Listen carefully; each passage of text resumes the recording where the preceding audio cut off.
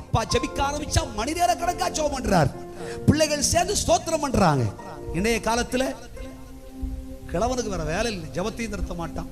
ஜெபத்த ஆரம்பிச்சா அவனுக்கு வேற வேலையும் இல்லை. அம்மா ஜெபிக்க ஆரம்பிச்சா இதான் கதி, அவளுக்கு வேற வேலை இல்லை. அறிவு இருக்கா? விவரம் கட்டவன். அல்லேலூயா சொல்லுங்களேன். சொல்றதுனால குடும்ப ஜெபத்தை குறைத்தாயோ, பாட்டை நிறுத்தினாயோ, ஸ்தோத்திரத்தை நிறுத்தினாயோ, இன்று முதல் நீ செய்ய வேண்டிய தீர்மானம், கர்த்தரோடு உன் இருதயத்தை ஒப்புவிக்கும் வரைக்கும் குடும்ப ஜெபம் செய். பிள்ளைகளோடு ஆராதனை செய். பிள்ளைகள் சேர்ந்து ஜெபிக்கும் பொழுது உன் குடும்பத்தில் இருந்த கடன் பிரச்சனை பாரம் இல்லாமல் தோன்றிற்று.